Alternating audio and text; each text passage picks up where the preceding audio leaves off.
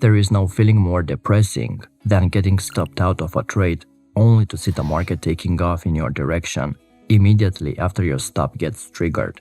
And it makes you wonder whether you are simply a victim of bad luck or whether something else is happening within the markets you trade. Today it's all about smart money manipulation, and I'll reveal how big players are seducing you to press the buy or sell button to their advantage. So if you could, like, subscribe to the channel, and stick around for the full video.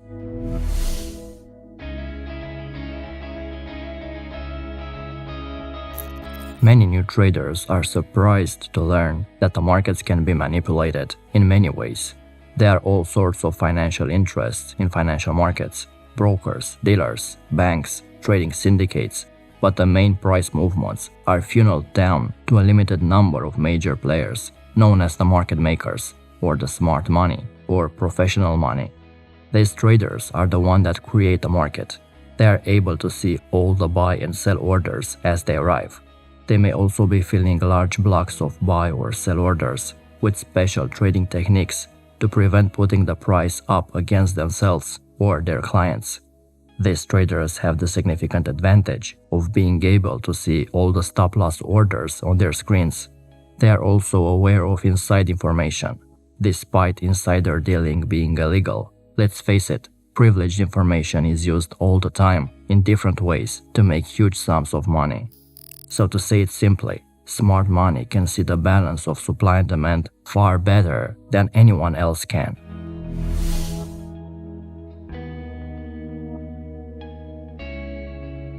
Professionals trade in many different ways, ranging from scalping to the long-term accumulation and distribution of prices. The result of smart money trading activity is shown in the volume and the price spread. The volume is telling you how much trading activity there has been. The spread, or the price action, is telling you the position of the professional money are happy with on this activity, which is why the price spread is so important. However, you do need to recognize that smart money can do a number of things to enhance their trading positions, like gapping up or gapping down stocks, for example, shakeouts, testing, or upthrusts. These are money-making strategies helping the smart money to trade successfully at your expense.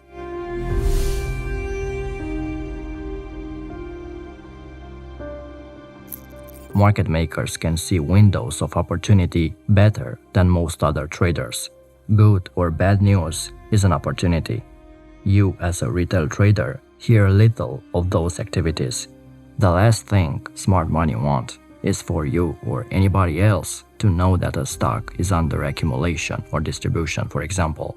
They have to keep their activities as secret as possible. Smart money have been known to go to extremes, producing false rumors, which is far more common than you would perhaps believe, as well as actively selling a stock in the open, but secretly buying it all back and more through other ways. For example, when the smart money are expecting higher prices, they want to catch all the stops before moving the price up. If they expect the price to go up, of course they want to buy at the best possible price. Or when you are looking at great earnings reports and fundamentals for a stock, which would create public expectations of higher prices, and then you witness a drop in the stock's price. Again, this is a common smart money practice. Top professional traders understand how to read the interrelationship between volume and the price action. From a practical point of view, professional money consists of a mass of trades, which, if large enough, will change the trend of the market. However, this takes time. Their lack of participation is always as important as their active participation. When these traders are not interested in any up move, you will see low volume, which is known as no demand. This is a sure sign that the rally will not last long. Remember, it's the activity of the professional traders that causes noticeable changes in volume, and not the activity of retail traders such as you or me.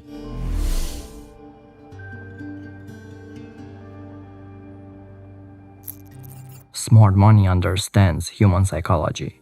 They know that most traders are controlled in varying degrees by two main fears: the fear of missing out and the fear of losses. Frequently, they will use good or bad news to enhance their trading positions and to capitalize on known human weaknesses. If the news is bad, and if at that moment is to their advantage, the market can be marked down rapidly by the market makers. The result: weak buyers are liable to be shaken out at lower prices. This is very effective if the news appears to be really bad. Stop-loss orders can be triggered, allowing the stock to be bought at lower prices. At the same time, many traders who shorted the market on the bad news can be locked in by a rapid recovery. Then, those traders have to cover their position.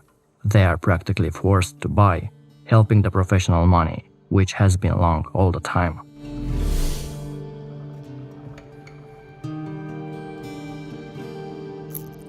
The main thing smart money want to hide from you is not the price, but the volume. Seeing the price will give you either fear or hope, but knowing the volume will give you the facts. Markets may differ in some details, but all free markets around the world work the same way. The more liquid or heavily traded the market is, the more difficult it will be to manipulate. Market makers cannot just mark the price up or down at will, as this is only possible in a thinly traded market. You will frequently see market manipulation, and you must expect it. But smart money needs some windows of opportunity, like a temporary thinning out of trading orders on their books, or taking full advantage of news items, good or bad.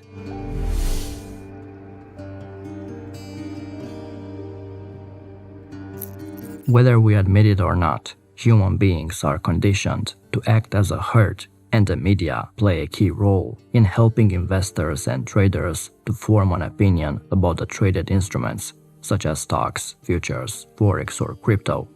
When media-induced opinions about traded instruments are wrong, and the uninformed herd believe them, it will cost them dearly, because smart money know how you will act as an investor or trader. They know how to steer you. They know that the two most powerful human emotions are greed and fear, and those emotions are our worst enemies when it comes to making investment or trading decisions. You may also wonder, are the smart money evil beings intent on stealing your money? Of course not. These are clever institutions who understand human nature and market structure.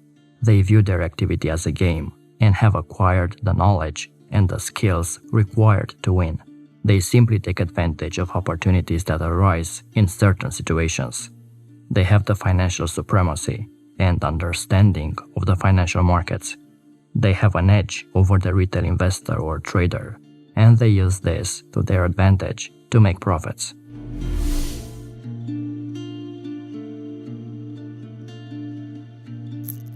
At this point, you may be thinking, why is this relevant to making money trading? Why can't you just show a strategy? The answer is volume spread analysis. But before you learn VSA, it's vital and important to know this information, because in order to win the game, you must first accept it exists, and you must understand it. I didn't initially accept this reality when I first started trading, but as I began to examine the markets closely, I noticed consistent patterns. And you know the patterns. You see a strong support level, maybe even a confluence area with a moving average or a round number. You buy, expecting the price to go up. Then the market drops below support, takes your stop loss, and then it shoots back up, maybe hitting your initial target. It happens all the time, and you blame your broker. Yes, if you are using a broker from a dubious country and you experience abnormal price movements or strange spread increases, then yes, that broker has some shady practices. But it's not your broker that is hunting your stop. Smart money are involved because they need your stop to make money. Stop-loss orders represent liquidity in the markets, and the big players need liquidity. Those big players cannot just enter a trade at once, but they slowly have to build a position by hunting for liquidity, and stop-loss orders in the markets are the best way to get liquidity.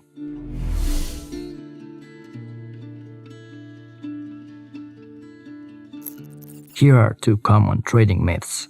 The more obvious a support or level is, the stronger and more reliable the signals around it.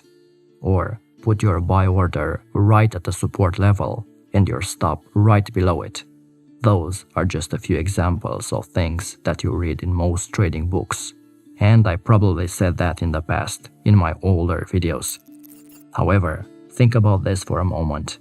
If everyone wants to buy at a certain price, who are they going to buy it from? You need a seller for every buyer. If the smart money want to buy a certain support level, but expect a mass of other traders wanting to do the same, they'll have to find ways to get traders on the other sides of their trades.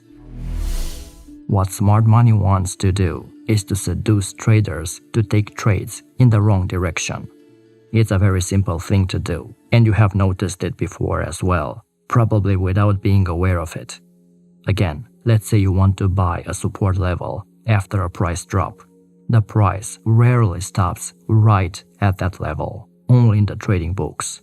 In reality, you'll see the price going through the level. It looks like the level isn't holding and the price is breaking out. This scenario is ideal for smart money. First, those traders who have impatiently bought a potential bounce of support see the price heading for their stops, which are essentially sell orders. And second, other traders are now looking to sell the breakout.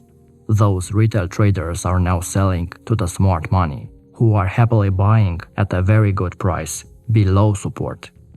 And now prices will rise and will take out the stops from the traders who sold the fake breakout, which is accelerating the bullish move even more. The traders who are left with profits are the smart money. The frustrating part for us, retail traders, is that our initial idea of buying the support was correct, but at the end of the day, we lost money.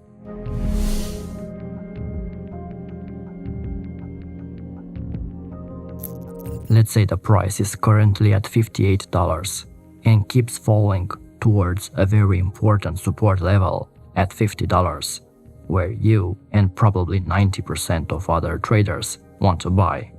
Very often, you will see a reaction ahead of the level. When price starts consolidating at $52 and starts moving up a few points, the impatient retail traders will get very nervous and fear that the price has already found support and will take off without them.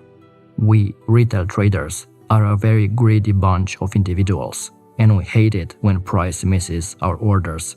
Smart money, of course, knows this and will use it to their advantage.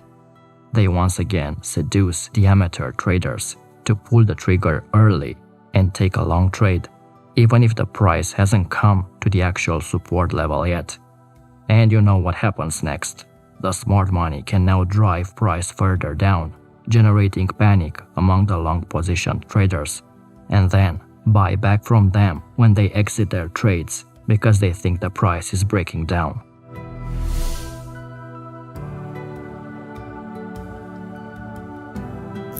So you may be asking, is market manipulation a good or a bad thing?